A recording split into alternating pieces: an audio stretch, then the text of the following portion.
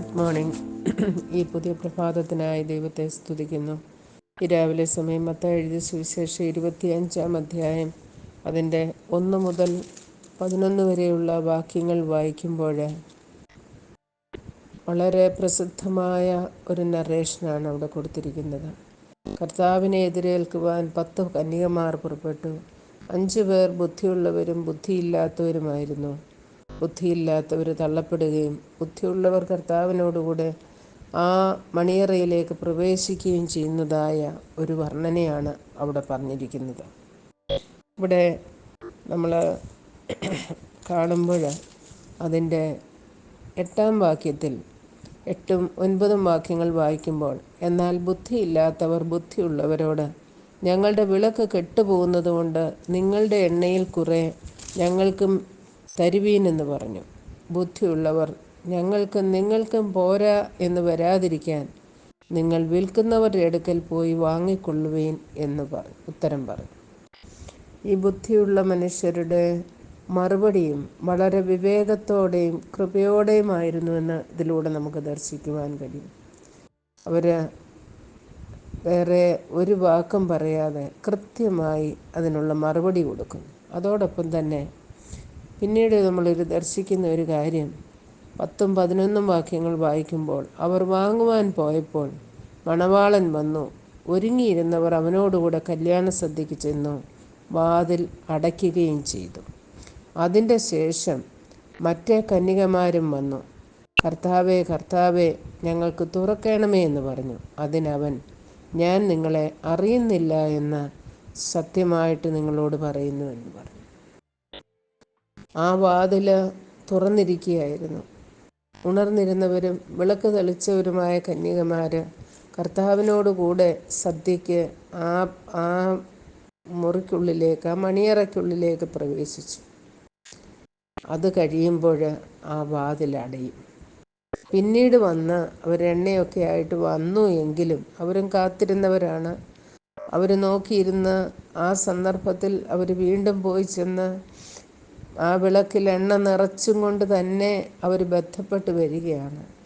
എന്നാൽ അവർക്ക് മുൻപാകെ അടയപ്പെട്ട വാതിലാണ് അവർ കാണുന്നത്. പിന്നീട് അവർ കരഞ്ഞപേക്ഷിച്ചെങ്കിലും അവർക്കൊരവസരം കിട്ടുന്നില്ല. എത്ര ദാരുണമായ അവസ്ഥ! കർത്താവിന് വേണ്ടി കാത്തിരുന്നവർ, വിളക്കും എണ്ണയും ഒക്കെ കരുതി വന്നവർ, അവർക്ക് ആ അവസരം പിന്നീട് കിട്ടാതെ പോകുന്നു. ഇത് നമുക്കൊരു ഭയനിർദ്ദേശമല്ലേ?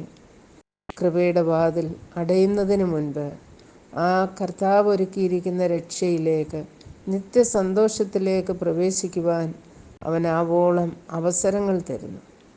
എന്നാൽ ഒരു ദിവസം ആ അവസരങ്ങൾ മുഴുവനുമായി നിർത്തലാക്കും. കൃപയുടെ വാതിൽ അടയും.